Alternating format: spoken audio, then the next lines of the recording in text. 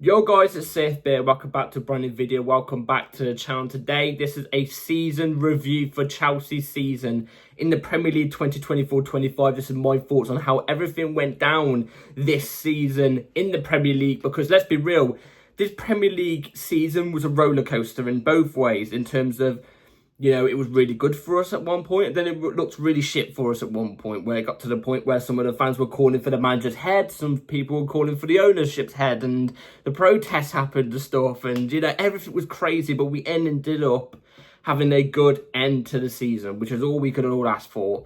But, yeah, obviously this is the season review for this Premier League season that's just gone, so we're about to get into it now. So before we do get into it, please like, subscribe, hit the bell notification so notified every time I load a video. Also, first link in the description is my streaming channel, my second channel. Go and check those out, be very much appreciated. Without further ado, let's jump straight into it, because this might be a long video. This might be a long video, and then I've got time against me because I start work literally in 3 hours and 15 minutes. So I know it's enough time to get the video done and everything like that, but I want to try and edit it and stuff, you know what I mean? But let's get into it. With the Premier League 2024-25 Chelsea season review. And we're going to start off with the overall performance in the Premier League, in my opinion. My thoughts about how we performed all season and stuff like that. Obviously, I've got notes up here just in case, so I can, screw it into my skull. You know what I'm saying? We're going to start off with my overall thoughts about the Premier League before we get into other stuff like individuals and stuff like that. You know what I mean? So we ended up on the season with 69 points, with 64 goals scored, 43 goals conceded. So that's a 21 goal difference we had this season, which is it is better than last season. Don't get me wrong, it's not a much better improvement than last season, but it is an improvement. Last season, I've got it up here as well. We had 63 points, 77 goals scored, which, yes, we scored more goals last season, but we conceded a considerable amount more than what we scored. So, obviously, we scored 13 more goals last season than what we scored this season. Okay, fair enough. But we conceded 63 goals last season compared to 43 this season. That's 20 goals conceded less than what we did than what we conceded last season, which is way better. Obviously, last season we had a 14 goal difference as well, which obviously isn't better as 21, but we had a 14 goal difference. So look, it's only 6 points better. It's only 6 points better. Some things are better than others and stuff like that. My main caveat to the reason why I think this season, I'm sweating already, this room is warm. It's going to be a long video, this is. The reason why I think this season was a much better improvement, not just in terms of points and everything like that, why I think this season was a much better improvement compared to last season was mainly two big things, two big factors. And that was the factor of we actually, we had a direction, we had a style of play. Whereas compared to last season, we didn't have a style of play. And that was one of my big problems last season, especially with, Pochettino. Obviously, let's leave the Spurs things out of it. Let's now put it down to his manager abilities and stuff like that. I didn't like the fact last season we had no style of play. There was no patterns of play. We only saw it maybe on 3 occasions where I could look at it and go, oh yeah, maybe there's something to build on here. Game later, it's gone. And majority of those games were more towards the back end of the season. But then again, it wasn't all the time. It wasn't consistent. Like I said, it was very inconsistent. There was no style of play. It was literally Gallagher runs around like a headless chicken and tries to get the ball, and you pass to Palmer and hope for the best. That was the football last season for us. This season, we have a style of play. Albeit, am I all for the style of play? Do I like the style of play? No, I've been very critical of it. I have. I don't like the whole passing around for 20 minutes to even get into the opposition's box before even taking a shot that's not even on target. You know what I'm trying to say? I'm not a fan of the possession-based football. We can all identify this by now. The style of play is possession-based football. I'm not a big fan of it, but at least there's something there. At least there's something there for the players to even grab a grasp of. Last season, they weren't grabbing a grasp of nothing because there was no style of play. This season, at least there's something to go off of. It's possession-based football.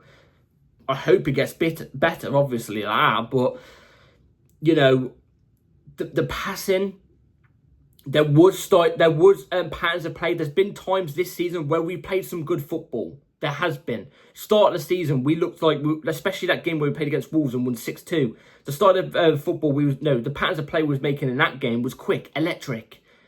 We saw it against Liverpool twice. We were played really, really well in those games. At least, again, there's patterns of play there. Again, as well, there was obviously at times, there was patterns of play last season, but it was very, very few and far between. Whereas this season, we've seen it more on a regular basis. You know what I'm trying to say? We've seen it on a more regular basis.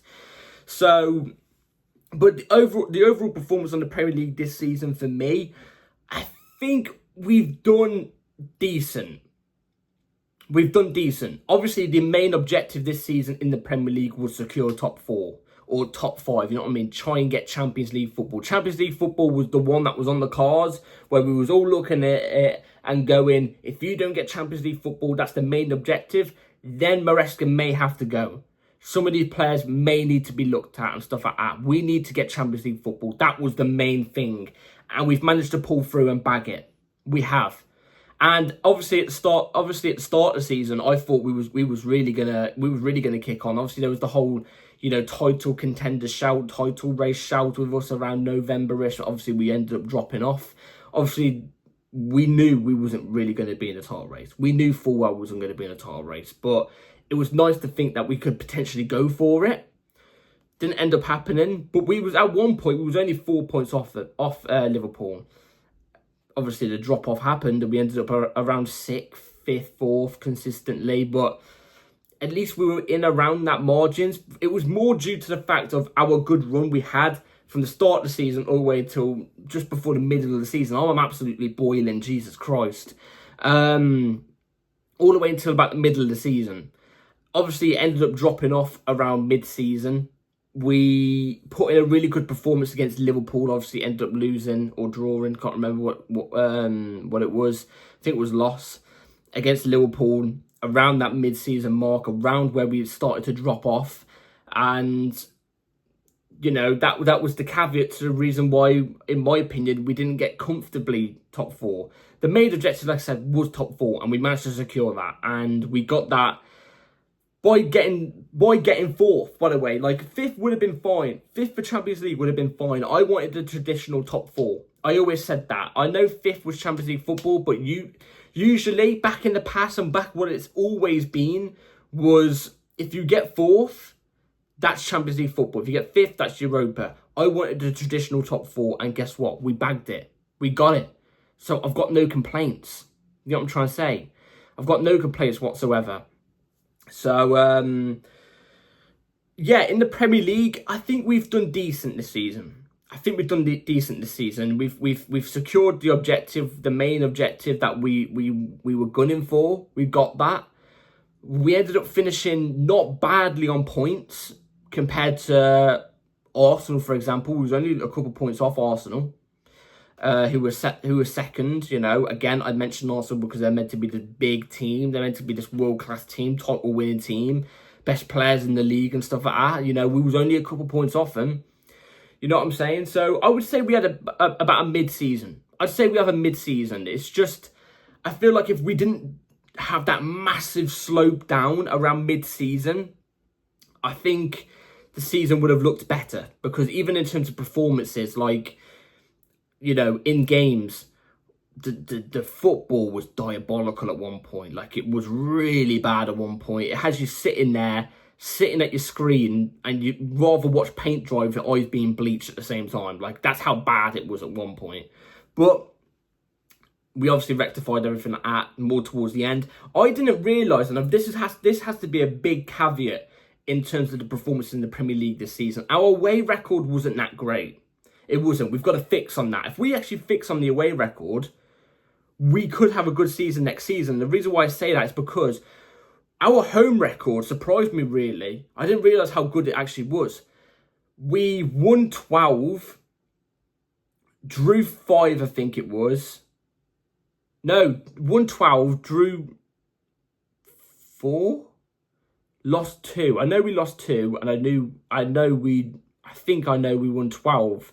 So Yeah, but it can't be 8 games. I don't know, but like our home record's really good, and I know for certain that we only lost 2 games at home this season. And from the top of my head, those 2 games were Man City, I think it was Man City and Fulham. I think we had that in the Premier League. Now that really surprised me because I didn't think our home record was even that good this season. I didn't. I didn't think it was bad. I just didn't think it was that good. You know, and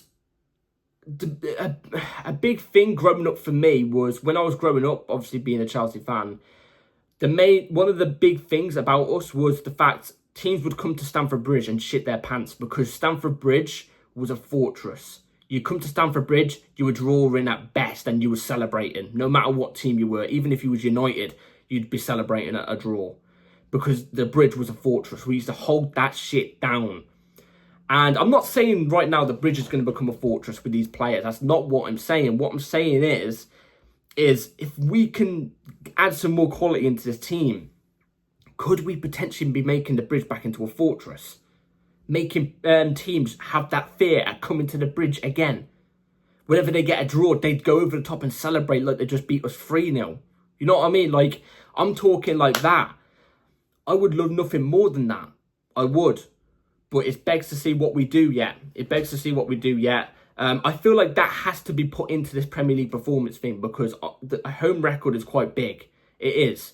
So, anyway, now I want to move on to my next point. I've already talked about the Premier League. I think we did decent in the Premier League. Let's move on to the next point. So, my next point is cup competitions. Obviously, we ended up getting knocked out of the Carabao Cup from Newcastle. Newcastle ended up winning the Carabao Cup, so fair play to Newcastle, fully deserved as well, by the way. In the game that they played against us, they played us off the park. And it's really hard to go to St James's Park and win a game, you know what I mean? It is frustrating, and we saw that obviously in the Premier League with Jackson. He ended up getting frustrated, getting a deserved red card. You know, we got knocked out of the Carabao Cup. I was hoping we'd go far in one of the domestic cup competitions because we haven't actually won a domestic cup in, I think, 2017 or 2018. I think it was the 17-18 season under Conte, FA Cup, I think it was. Obviously, we've had many chances since then. We've had many finals and we've just bottled it. That's how it is.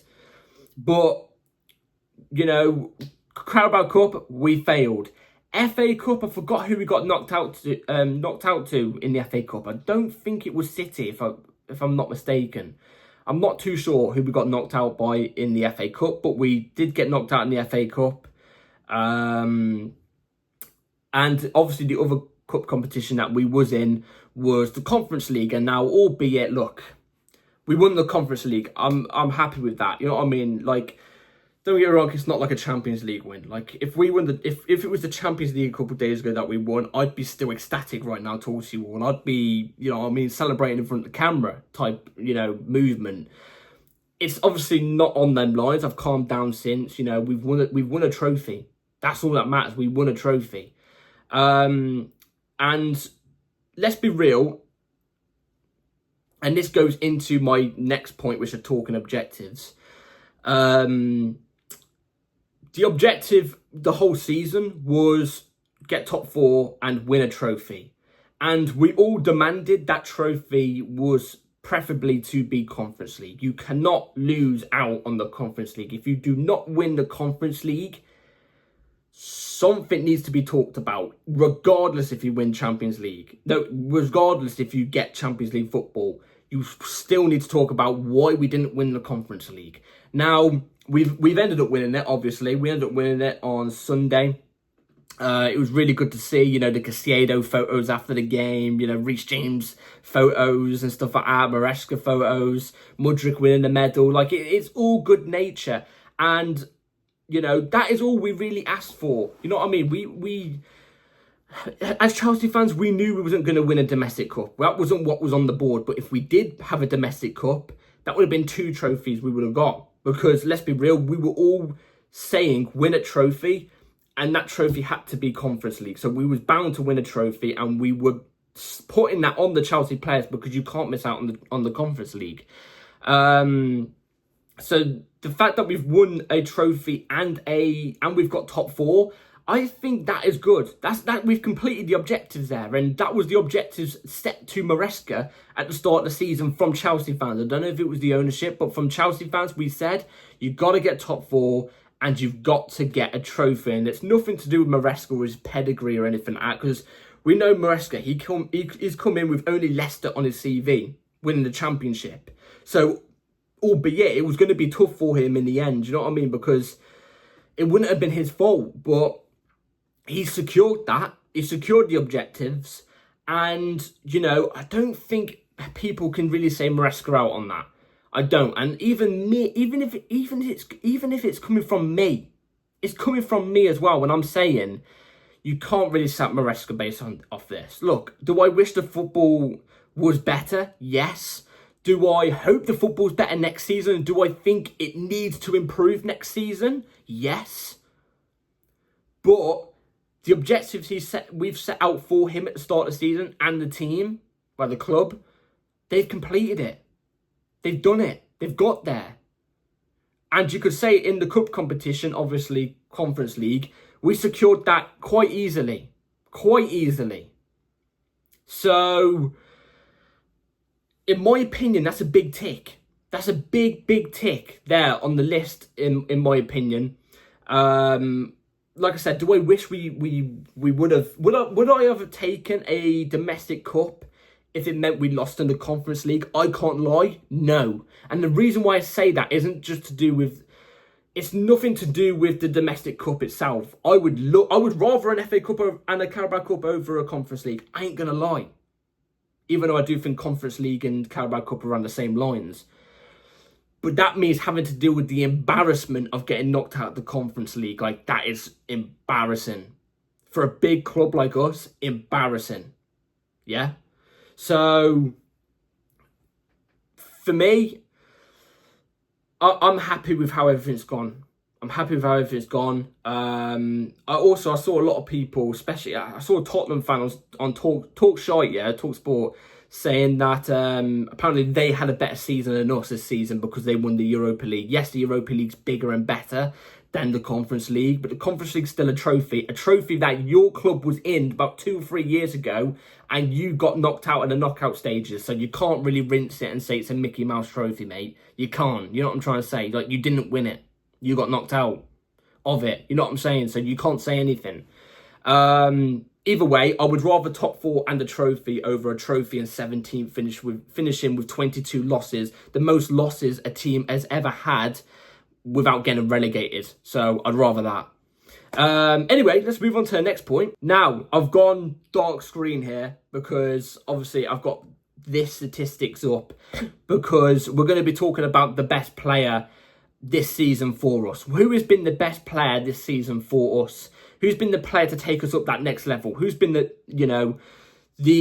player that has helped us get to that next level, get us the top 4, get us that trophy? For me, it's none other than the person who won Player of the Year for us, Moises Caicedo. It has to be. And I know the price tag's big on Caicedo's head. Like, we signed him for about 110, 115 million. I know it's a big price tag to have on your head. And last season he was fairly meh. I would say he was a bit meh. Like, he had good moments, he had bad moments. You know what I mean? And he had a meh season. You know what I mean? This season, honestly, there hasn't been one game in the Premier League, well, in general, in all competitions, where I've looked at him and gone, yeah, you've dropped a stinker there. He may have had one half where he's been a bit like average, but then he turned it up in the second half by a load amount. So he ended up having a good game.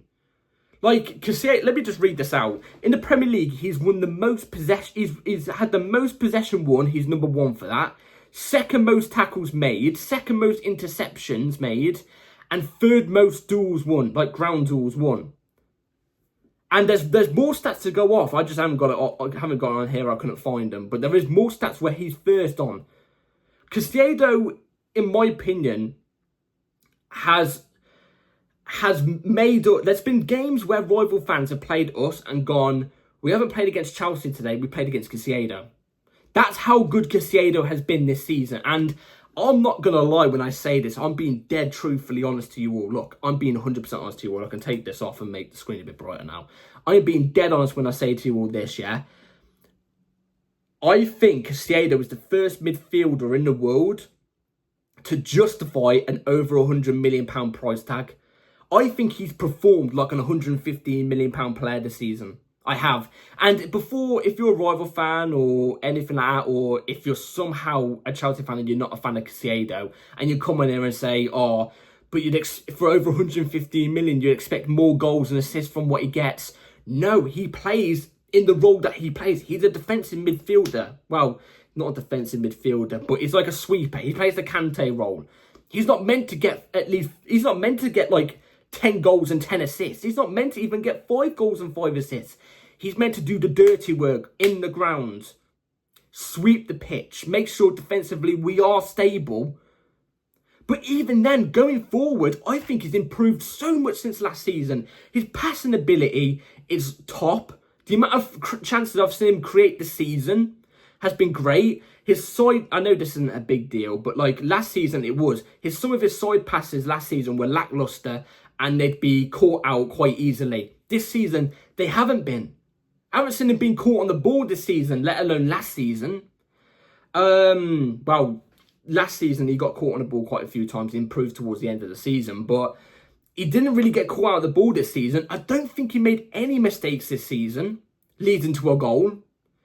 He's improved so much, and his passing ability and going forward for me has improved that much more. And that's obviously massively on Caicedo, but it also has an effect also, in my opinion, on Maresca. I think Maresca has improved him quite a bit as well. You know what I mean? This is Brighton Caicedo that we brought for 115 million, but better, I think. And if he keeps on performing like this, I wouldn't be surprised if your teams like Real Madrid and stuff like that start coming and knocking on the door. And I hope Bowley and that open it and go, no thank you, shut the door. Don't even answer the door. You know what I'm trying to say? Caicedo loves the club. He does. And he shows that on the pitch, the passion, everything he shows. And another thing I've got to say about Caicedo is he's the first player in the Premier League since Frank Lampard in 04-05, I think it was around then, before the 2010s, to play 38 out of 38 Premier League games. Mr. Reliable. And he barely got subbed off for those games. I don't even think, in the Premier League, I don't even think he got subbed off for those games. I'm not too sure. I might have to check on that one. But he still played 38 out of 38. He's reliable. He's reliable. He gives you he gives you 10 out of 10. A 7 out of 10 performance from Caicedo, in my opinion, is bang average this season. That's how good he has been this season. For me, he's been our best player. Closely followed up from a Cole Palmer. Obviously, Cole Palmer as well has been brilliant. He went through a little bit of a slope where for 3 months he wasn't really at his best level. But he's still got 15 goals, 8 assists. You know what I mean? That's 23 goal contributions in like 36, 37 games. That's not bad. That's still top level. You know what I mean? So, and we've got to say this about Cole Palmer as well. The amount of chances he created, even in this slope where he wasn't playing at his best. The amount of chances he created and we just didn't finish. He would have had at least over 12 assists, I would have probably said. So, I would say Cole Palmer was closely followed up into that second place for our best player this season. But in my opinion, it's no doubt Caicedo. So, now on to most improved player, in my opinion, which has to go to Marc Cucurella. Marc Cucurella, and I'm only going to touch on this one a little bit. You know, these next couple ones I'm only touch on a little bit because they're not like massive talking points. I just want to give credit where it's due. But Marc Cucurella has had a massive improvement this season. You know, let's talk all the way back to when we first signed him in 22-23. He had a shocking season. Like, he came in for a big price as well. 60 million, I think it was, or 55 million, around those lines. And, you know, he came back, you know, at Brighton beforehand, before we signed him. He had a great season. Not £60 million worth, but a great season. And when we signed him, we was gassed. I was gassed. This was the left back that I wanted. And he came in that 22-23 season and he was poo. Apart from the first 5 games, which even then he was probably about bang average, he was shocking. But that whole season, we were shocking. You know what I'm trying to say? It even got to the point where the season after, which obviously was 23-24, we had Pochettino, he didn't even start majority of the games until both of our right backs were out injured, and the only person we had to turn to was Cucurella. He literally didn't play a single minute up until that moment, until we had to use him. And he played at right back, and he put in good performances. He started putting in good performances. But then the team took a slope, and then we towards the back end of the Pochettino season, we did an inverted system. And that's when Cucurella inverted, and we saw a player that, again, took his game up an extra notch. But this season, he's gone up that extra level. You know how I was saying about a first and second best player? He's our third best player this season. In some of the games, if Marc Cucurella wasn't there, would we have won the games? I don't think so. And that comes to his energy levels. You know what I mean? His energy levels in the midfield. You see Gusto. I rate Gusto. He hasn't had a good season. But you see him when he's inverted into midfield. He can't do it. He can't do it. Reece James, I don't think, isn't really that great inverting into midfield because he can't track back and get back into his natural position when we're on the defence. You know what I'm trying to say? Cucurella can. Cucurella can. His energy levels are perfect. Again, another player that is reliable, doesn't really get injured, very rarely. You know what I mean? I think he's improved and gone up that extra level. I think, again, he's one of our most important players in the team. And the fact, if you told me that after the 22-23 season, I would have laughed in your face. I would have laughed in your face and probably ended up throwing up on the floor. But he has. He's improved. And, again, I've got to give full credit to Maresca on that. I've got to give full credit to Maresca on that. And I actually think Marc Cucurella has been the best left-back in the Premier League this season. Shoot me down as much as you want. I think Caicedo's been the best midfielder in the Premier League this season in terms of defensively. And, well, in terms of a midfielder. But I think Cucurella has been the best left-back in the Premier League this season. I generally think that. People will disagree because they don't like him because of his attitude on the pitch. I can't lie, if I was a rival fan and Marc Cucurella is playing against me, I'd hate him as well. I'm not going to lie. But if he's on your team, you love him. And I'm not going to lie, I love the guy. I do.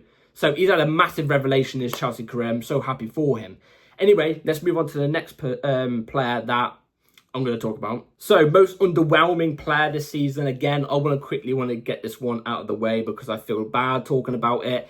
It's got to be Christopher Nkunku. It has to be. Underwhelming for me personally because I thought, and if you go back to my season predictions for Chelsea at the beginning of the season before a ball was even kicked, I predicted Nkunku to be our best player. I thought he was going to be our best player, like top assister as well, because we know the ability of Nkunku. And you know what? I say it's underwhelming because of the way it's ended. The way it's ended. He's going to leave Chelsea. We all know this. The manager doesn't rate him. He doesn't rate the manager. But the quality is still there. He has the ability. I think he's not played to his best ability because he knows he's not getting in over Palmer. He's not getting into the first team in the Premier League. He knows that. He knows that he was just a Conference League player under Maresca, and I don't think he liked that. So we haven't seen anything good from him pretty much for the majority of the season. But the thing is for me, you're a top athlete. Nkunku's a top athlete. For me, he is a world-class player. He'll go to the next club like Bayern or something like that, and you watch, he'll tear it up. There was Liverpool links around Christmas time. If he went to Liverpool, I can guarantee you he would tear it up. It's nothing to do with the league. It was to do with, I feel like the manager and the player just didn't get on. I think that's what it was. But for me, you're a top athlete. You're a world-class player. Prove the manager wrong. When you do play, prove him wrong. Make him think, maybe there's something different here with Nkunku. And try and force your way into the team instead of, throwing your toys out the pram, knowing that you're not getting into the team. You know what I mean? So, for me, it's got to be Christopher Nkunku, most underwhelming player. It's so sad what has happened to Nkunku. It really is, because I was gassed for him when we brought him. Even at the start of the season, I was so gassed, but it just hasn't worked out, man. And I think he will get sold. So it's really unfortunate to see. So our best signing, in my opinion, as well. This is the last one we're going to go through in terms of players. Our best signing for me is Tosin Adarabioyo. Now, the signings we made this season have all, in my opinion, been shocking. Felix gone out on loan, left in January. Dewsbury Hall, been good in the Conference League, but just not Chelsea quality, not what we need. Kellyman, I don't even know what's happened to that guy. Viega has apparently burnt all of his bridges with Chelsea, doesn't want to come back, wants to leave. Cool. Wasn't even that great, really, when he was here. And I can't remember who else we signed. But Toto Adebayo was on a free contract. Obviously, he was from Fulham. And I think he's come in and he's been brilliant. Obviously, I'm not claiming Toto Adebayo is a starter for Chelsea. I'm not saying he has to start in the defence next season in the Champions League, Premier League, stuff like that, etc., etc. That's not what I'm saying. I think as his job is, and that's a squad player, comes in for a couple games or so, I think he's been good. I haven't really seen a game where I've looked at Toto Adebayo in the times he's played and gone, yeah, you've had a shit game here. He's had a couple, like, mid games. And what I mean by mid is, like, average games. But, like, the West Ham performance at the start of the season was his best performance, in my opinion. I think he was so solid. Wearing this shirt, by the way.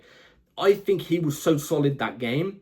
He's come in. Obviously, he's managed to do the Conference League as well. He's not really got injured, so he's reliable as well. For a free, on a free. And also, by the way, he adds leadership. Like, you see him in the huddles. He's commanding people. He seems to have a good connection with all the Chelsea lads, all the players. You know what I mean? Like, he's got that connection with everybody. He seems good with the manager, despite being second fiddle in a sense. He seems fine with that. And you know what? For a player that's come in on a free, I'd say he's been our best signing this season. I really would say he's been our best signing this season. Like I said, quite big in our way of winning the Conference League. He played quite a lot of games leading up to that final and winning the trophy. So, in my opinion, you've got to give him big props. I have just thought about one game where he did have a shocker, actually. And that was Newcastle away in the Carabao Cup. He did have a shocker that game. But one game on a free contract, I'm not going to complain. I like Toto Adebayo, and he's happy here. He's come out, he said he's happy here. So, for me, he's been our best signing this season, and it's a free player again. So now to talk about my favourite one, actually, the one that I've been wanting to talk about the most. What has been our best win this season? Not in just in terms of Premier League, but in all competitions. What's been our best win this season? Now, some people will probably say, I've been talking for too long, so I've got like a tickle.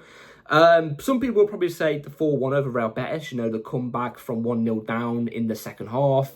Managed to come back and win in a final, you know what I mean? Like the players having the bottle to make a comeback. And I can understand that point. For me, though, it has to be that 3-1 win over Liverpool at home towards the back end of the season, like last 5 games. And there's many factors of the reason why I think that was our best win this season. Reason one was obviously because it's a big club like Liverpool. It's the first time I think we've beaten, you know, a team that's not Tottenham or United, you know, I mean, shitters. Like a top 6 side for a while. And we beat Liverpool convincingly this season. We've given Liverpool 2 great games, you know what I mean? Arne Slot's come out and said that their toughest opponents have been Chelsea.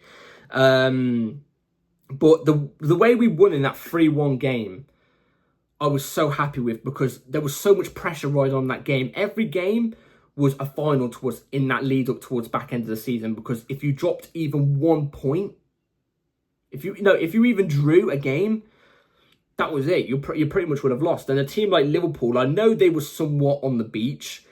I know that because they had just won the league. But I mean, saying that though, Arsenal, you know, drew with them a week later or 2 weeks later or something like that. They didn't end up beating them. So look, I know it does play some sort of a part, but it's not a massive part. We had an objective to do. We had a mission to complete, and we ended up doing it, which is great. But Liverpool was the team standing in our way, and we managed to get through them, and quite convincingly as well. 3-1. The performance in that game as well, the way we played was brilliant. Because it wasn't your usual, you know, pass sideways, build up the play for 5 minutes and get into their box and resort to the wing and stuff like that. It wasn't football like that. We wasn't playing possession-based football in that game.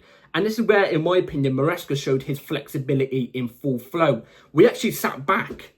We played quite defensive. We let them come over to us, put the pressure on us. And it would be 1 or 2 or 3 passes, quick passes in our own half to break the Liverpool press quite easily. And that was it. In 1 or 2 or 3 passes, we were in their half, near their box, getting an opportunity to score. With a 4-on-4 opportunity, 4 attackers versus 4 of their defenders. Like, that way of playing was brilliant. It was great to watch on the eye, and we got the job done. And I've been saying this for so long. Chelsea aren't a possession-based team. If we really want to be good in this possession-based football, I've got to see a really big step up next season. I have to. I've got to. But I personally still don't think it's the way, but I'm willing to give Maresca the, opportunity to show for all that. It's doable. You know what I mean? It's doable. It is obviously doable, but I've always said Chelsea are a defensive team, and I get the most joy out of a counter-attack football, and we did do that. And we executed that game plan in that game to a T, to an absolute T. There wasn't one player on that pitch that put in a bad game as well. Like, they all rose to the occasion against a team like Liverpool, champions at that moment in time. Maresca showed his flexibility as a manager. Even the substitutions were right. Everything was just bang on the money in that game. And we got the 3 points in emphatic fashion, in my opinion. It was my favourite game to watch. There was a lot riding on that game. Obviously, top 4. A draw or God forbid, a loss would have meant we would have been out of the Champions League. It could have easily happened, you know what I mean? And we rose to that occasion. It's my favourite game, without a doubt, to this season, in my opinion. And in my opinion, the worst game I saw with my 2 eyes, it's between 2. And the one that I didn't choose, the one that I was debating about, was Newcastle Carabao Cup. It was that was an awful game to watch. It did feel like the manager and the players threw the game on purpose to focus on other things, but obviously it wasn't the case. But obviously it did feel like it. For me, the worst game to watch was the Conference League game that we played against Liga Warsaw at home. We were at home against Liga Warsaw, and we were 3-0 up on aggregate. I think it was 3-0, weren't it? Hold on, let me check. No, we was... Yeah, sorry. It was 3-1. We was 3-0 up on aggregate from the away game. And we came to the bridge and we put in probably the worst performance I've seen in a long time. We let Liga Warsaw... I don't care if it didn't mean anything, because we was basically through to the final. Obviously, winning 4-2 on aggregate. But we let Liga Warsaw come to the bridge, play us off the park, dominate us, and beat us, making it our only loss in the Conference League journey. I said we cannot lose in the Conference League. We ended up losing in the Conference League, which was shocking. But that night, we was a big laughing stock, and it was embarrassing, and deservedly so laughing stock, because you cannot be losing this type of game. No offense to Liga Warsaw, but like, do you know what I mean? Like, the quality is so much more bigger. It is. If it was a Florentina or something like that, then maybe I'd be looking at it and go, yeah, we got through. Maybe we lost that game, but they're a good team. You know what I'm trying to say? Maybe the players were on the beach or something for that game. But I'm sorry, Liga Warsaw, even if you're on the beach, you should at least be getting a win, skimming a win. And we didn't. Everybody was poor. The manager's substitutions were poor. The football, again, was possession-based football. We was doing nothing with it. They just absolutely obliterated us on the attacks. And they were, more threatening on their attacks and stuff like that. It was just an awful game to watch, in my opinion, on the eye. And, just a shocking game, in my opinion. It's definitely between that and the Newcastle game at the Carabao Cup, because them 2 games were stinkers. Apart from that, I can't think about really anything else that was really bad. But anyway, that's my season review for Chelsea's Premier League 2024-25 campaign. Let me in the comments down below what you all thought. Who's been your best player, most improved player? All the bullet points that I've done and gone through, let me know in the comments. Actually, I'll read it off to you so you don't have to go back and stuff like that. What did you think about overall performance in the Premier League? What did you think about our performances in the cup competitions? What did you think about us completing our objectives? Who's been our best player, most improved player, most underwhelming player, best signing, best win, and what has been our best loss? Jesus Christ, our worst loss. Let me in the comments down below. I'll be very intrigued to know. I just want to quickly mention, I haven't actually mentioned this, and it's actually been very, very new for the past 4 days, since the day before the Conference League final. What do you all think about the new logo and about the new logo on my channel? The new logo on my channel, obviously I've switched it. If you're new here, obviously you wouldn't have seen it, but I switched it. I thought I'd switch it up, you know what I mean? I created a new banner, and obviously because I hadn't had a banner for 2 years, and I created a new banner, and I thought, a blue banner with a white logo, it doesn't really match, so I thought I'd switch to 2. If you can actually tell, the blue banner is slightly darker than what the logo is, only by slightly. So yeah, I just thought I'd have a little bit of a channel change, because trust me, this season in the Premier League is going to be a big one for this channel, because I'm telling you this channel is going to have massive upgrades. Huge upgrades. New thumbnails will be coming out. I've got a new thumbnail editor thing that will be coming out more towards the season starts. I've got something big planned that's hopefully happening once every 2 months. I'm hoping to go to games. Now I've got a job. Expect match vlogs I'm not going to say regularly, but maybe quite a few times. My hope is maybe once every month, maybe sometimes 2 months. I'm not too sure. It depends. And yeah, I'm telling you this, especially with transfers coming out now we're in the summer market, transfer news is going to be hectic. This channel's going to be popping, so hit the bell notification so you're notified for every upload that I do offer. Like, subscribe, everybody. Take care, and let me in the comments down below what you all thought about this video. Take care, and I'll see you on the next video, which will probably likely be tomorrow, because Champions League transfer news is popping. So I'll see you soon. Take care. Peace.